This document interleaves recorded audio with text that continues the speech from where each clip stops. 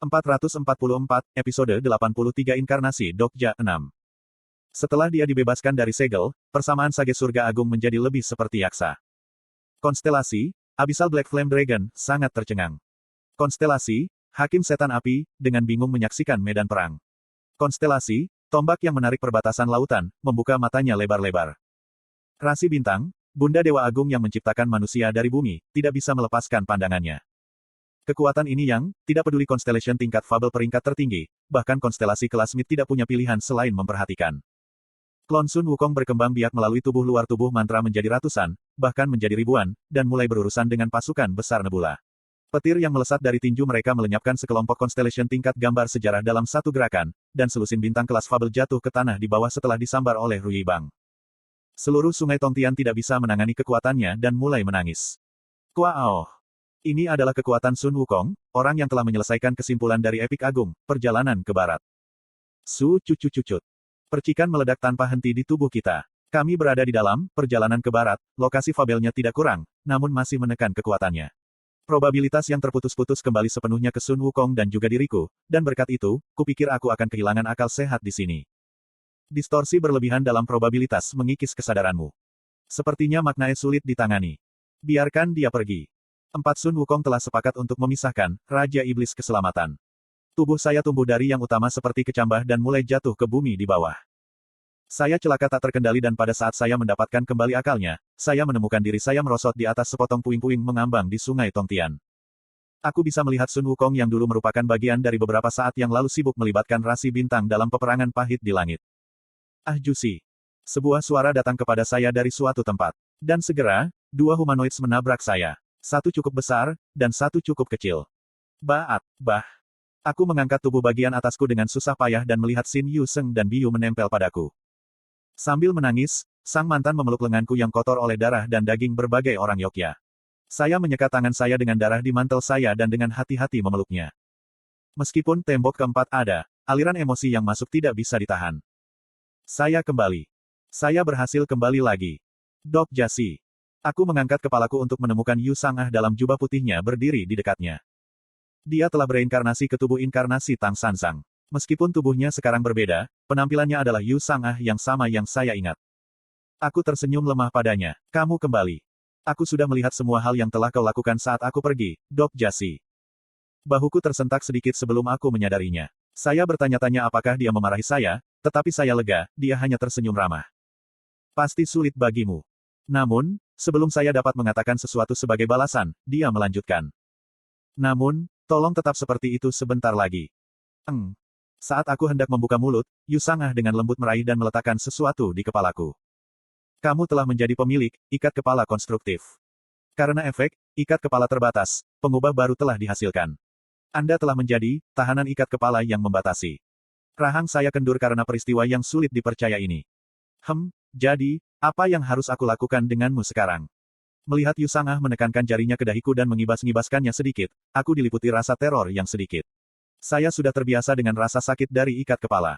Aku dengan cepat membuka mulutku. Aku tahu kalau aku melakukan beberapa kesalahan. Saya lakukan. Namun, bisakah saya memberitahu Anda secara rinci tentang mereka sedikit nanti? Sekarang juga. Sekarang, pihak itu harus diprioritaskan, aku tahu. Aku mengangguk. Kami melihat ke langit di mana lubang besar masih berputar. Dan di tengah lubang, pada dua Yu Jung Hyok saat ini terkunci dalam pertempuran sengit. Yu Jung Hyok 999 memegang pedang iblis surgawi gelap melesat ke udara sambil menyebarkan status transcender.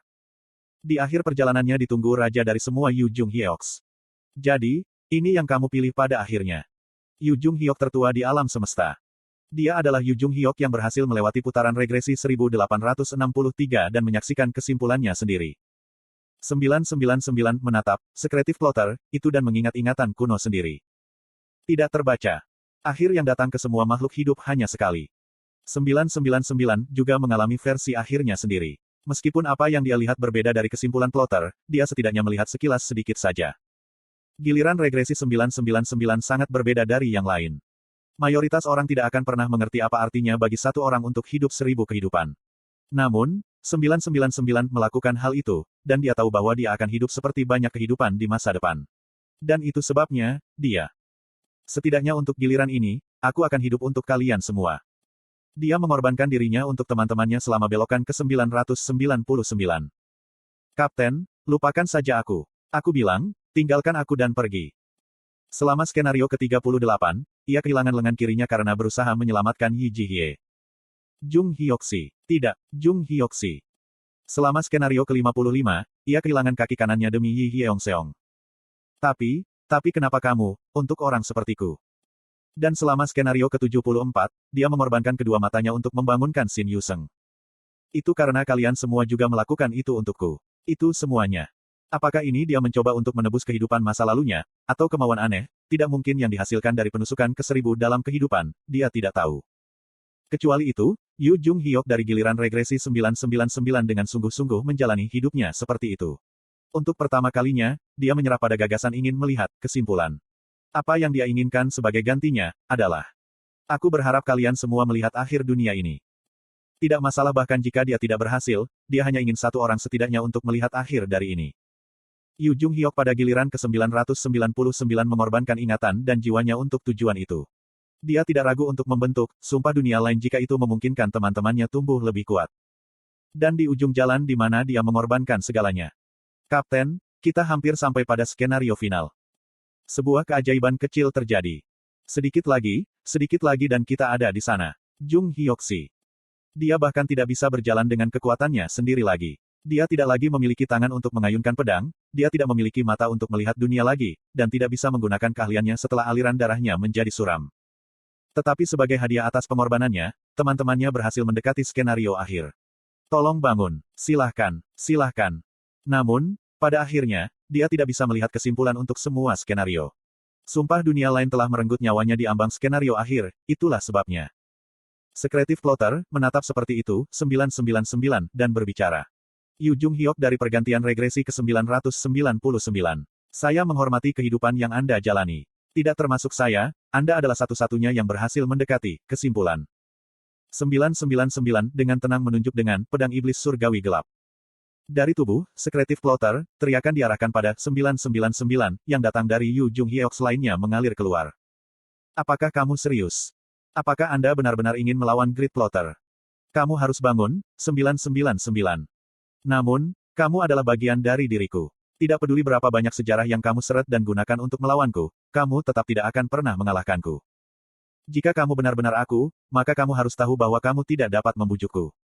Kehidupan yang Anda alami hanya setengah dari hidup saya. Selain itu, ingatan Anda bahkan tidak sempurna. Namun, kamu ingin bertarung denganku. 999 tidak menjawab dan hanya membangun momentumnya. Mungkin dia membaca sesuatu dari 999, sikap Plotter tiba-tiba berubah. Jika ini yang benar-benar Anda inginkan. Asap hitam pekat bangkit dan mulai menciptakan kulit luar, Secretive Plotter. Penampilan luar seorang pria perlahan-lahan muncul dalam asap. Raja yang paling kesepian di alam semesta ini, Yu Jung Hyuk yang mengenakan mantel putih dari belokan ke-1863 sekarang berdiri di sana. Aku juga tidak lagi perlu melanjutkan sandiwara tak berguna ini. Di akhir kata-kata itu, Secretive Plotter membuang mantel yang dia kenakan. Mantel putih itu terbang bersama angin dan mendarat di permukaan Tongtian. Kegelapan pekat hitam tampaknya membungkus bahunya, dan tak lama, mantel hitam sekarang menutupi dirinya. Mantel yang sama yang tetap bersamanya sampai belokan ke-1863. Heaven Shaking Sword di tangannya mulai memancarkan aura tak menyenangkan. Dan pada saat yang sama, sosok dua Yu Jung Hyuk menghilang di udara. Kuak. Suara gesekan yang tak terhitung jumlahnya yang timbul dari dua pedang yang berbenturan memperingatkan orang lain untuk pertempuran sengit yang berlangsung. Tabrakan ganas dari dua status menyebabkan percikan api meledak tanpa henti dan mewarnai langit biru murni. Letusan tiba-tiba dari bentrokan kekerasan ini membuat mata para penonton, fokus pada perjuangan Sage besar sampai saat itu, untuk bergeser. Itu juga termasuk Yu Jung Hyuk, berdiri di permukaan Tongtian dan menatap pertempuran sengit antara belokan ke-999 dan belokan ke-1863. Tangannya yang mengepal gemetar saat ototnya menegang. Keduanya akan terbukti menjadi lawan yang sulit untuknya saat ini. Jika dia terus rajin mendapatkan lebih banyak nyawa, maka dia mungkin telah mencapai ketinggian setinggi itu. Yu Jung Hyuk membiarkan matanya terbuka lebar dan memperbaiki pandangannya. Seolah-olah dia ingin menyerap semua tentang 999 dan plotter rahasia, dia membaca dongeng mereka berulang-ulang. Fable, Hellscape of Eternity, telah mulai bercerita. Dongeng yang menggambarkan lanskap neraka yang benar-benar tak terduga, Yu Jung Hyuk, yang telah berjalan setengah dari mimpi buruk neraka itu, dan Yu Jung Hyuk, yang benar-benar menyaksikan akhir dari neraka itu, saling bertabrakan. 2. Breaking the Sky Swordsmanship, menarik busur panjang di udara seperti bintang jatuh. Salah satunya adalah dari pedang pengocok surga, sedangkan yang lainnya adalah pedang setan surgawi gelap. Dua pedang menyala terang seperti sepasang supernova. Sekarang aku melihat ke belakang, kamu tidak menggunakan Heaven Sucking Sword sebagai senjata utama kamu, kan? Selama belokan ke-999, Yi Jihye mewarisi Heaven Sucking Sword-nya. Secretive Plotter, menggunakan Breaking the Sky Meteor Strike Potian Liu Xingjue, menembus seluruh tubuh 999. Kamu tidak akan pernah menang melawan aku dengan teknik pedang yang begitu buruk. Petik 2 titik. Aku yakin itu masalahnya. Namun, 999 menjadi penuh dengan luka dalam sekejap mata, namun ia tidak mundur dan memegang pedang lebih erat. Sejenak di sana, mata si Plotter bergetar. 999 telah menghilang karena berkedip, tetapi kemudian, ia muncul tepat di depan mata dewa luar yang tertegun. Ini bukan Breaking the Sky Swordsmanship. Itu adalah bunuh instan. Setidaknya, aku bisa menunjukkan kepadamu sejarah yang aku jalani. Itu adalah teknik Yi Jihye. Sesuatu seperti ini. Pedang iblis surgawi gelap dibelokkan pada saat yang tepat, tetapi sekarang dengan mulus menarik busur milik Kendo berikutnya. Su cucucut. Mata 999 sekarang berkedip-kedip dengan lampu Demon Slaying. Kehidupan yang dijalani Yi Jihye selama belokan ke-999 sekarang terungkap dari tangan 999. Tendangan sekuat Yi Hyun Seong. Teknik cakar sama ganasnya dengan Yi Seol Hua. Persepsi alami Shin Yuseng, dan bahkan akal sehat Kim Nam-woon juga. Sejarah yang 999 alami melalui tubuhnya, mulai menceritakan kisah mereka sekarang. Pada saat ini, 999 tidak sendirian. Teknik dari rekan-rekan yang telah dia selamatkan sedang diciptakan kembali melalui dagingnya. Kendo, menembus Breaking the Sky Swordsmanship, dan kombinasi dari, menghitam dan Demon Slaying, menggali celah terbuka, Red Phoenix Sunpo. Jadi, ketika 1000 racun roh, Yi Seol Hua membidik hati Plotter. Dengan teknik yang sangat sepele ini, fabel hebat, Pilgrim of the Lonely Apocalypse, telah mulai bercerita. Fabel 999 mulai runtuh. Pertahanan Yi Hyun Seong hancur dan cakar Yi Seol Hua pecah. Kim Nam-woon dan Yi Jihye keduanya jatuh, sementara Shin Yuseng berlutut.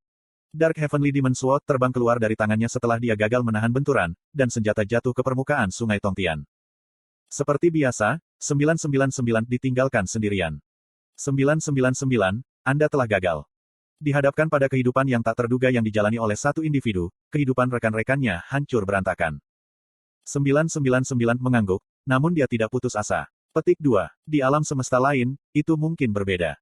Tatapan 999 dialihkan ke medan perang Tongtian, sesuatu yang diciptakan oleh Sage besar dan peristiwa alam semesta ini yang belum pernah terjadi sebelumnya. Kurung siku buka titik. Bahkan kamu dibodohi oleh harapan yang tak berdasar di tempat ini, tampaknya. Kamu berbicara seolah-olah itu urusan orang lain, Great Plotter. 999 terhuyung-huyung dengan goyah, namun dia terus berbicara. Kami telah gagal. Kami gagal menyelamatkan satu pun dari teman kami, dan menyaksikan sendiri akhirnya.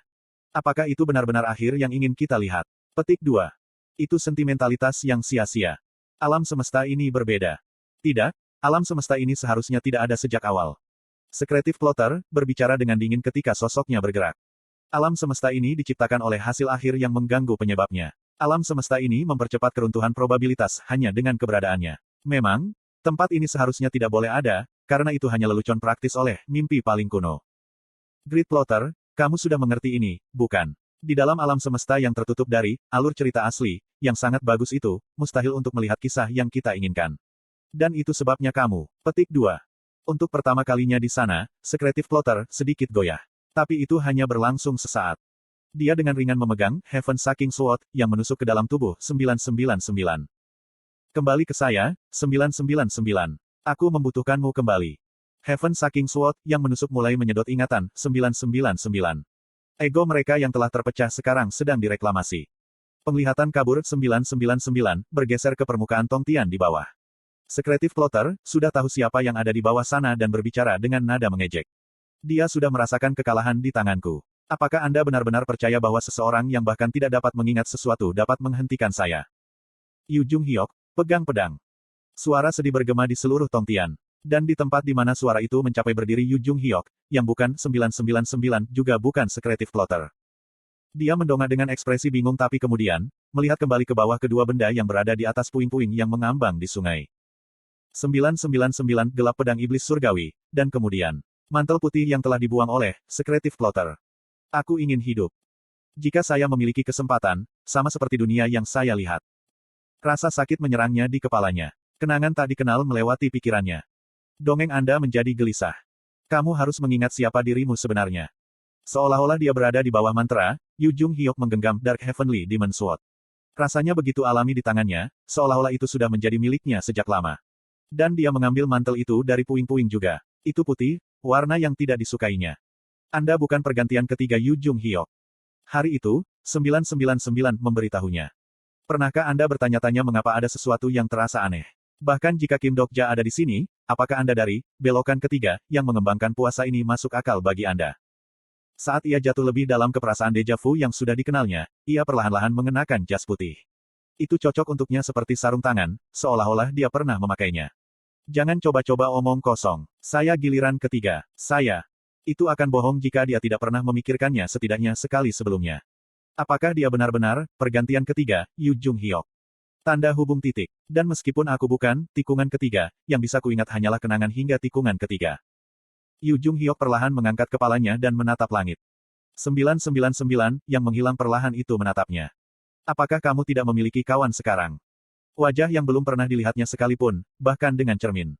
Kawan-kawan, yang mengingat hidup Anda jauh lebih baik daripada diri Anda sendiri. Heaven Sucking Sword, The Plotter bergerak. Status hitam pekat yang mampu mengoyak bahkan alam semesta itu sendiri membidiknya, dan pada saat itu, Yu Jung Hyuk mengingat seseorang. Lalu, sudut pandang, Omniscient Readers, ketiga telah diaktifkan. Seolah-olah sponsor telah turun, kekuatan bintang yang akrab menjelma padanya. Ayo pergi. Dan cerita pun dimulai. Finn.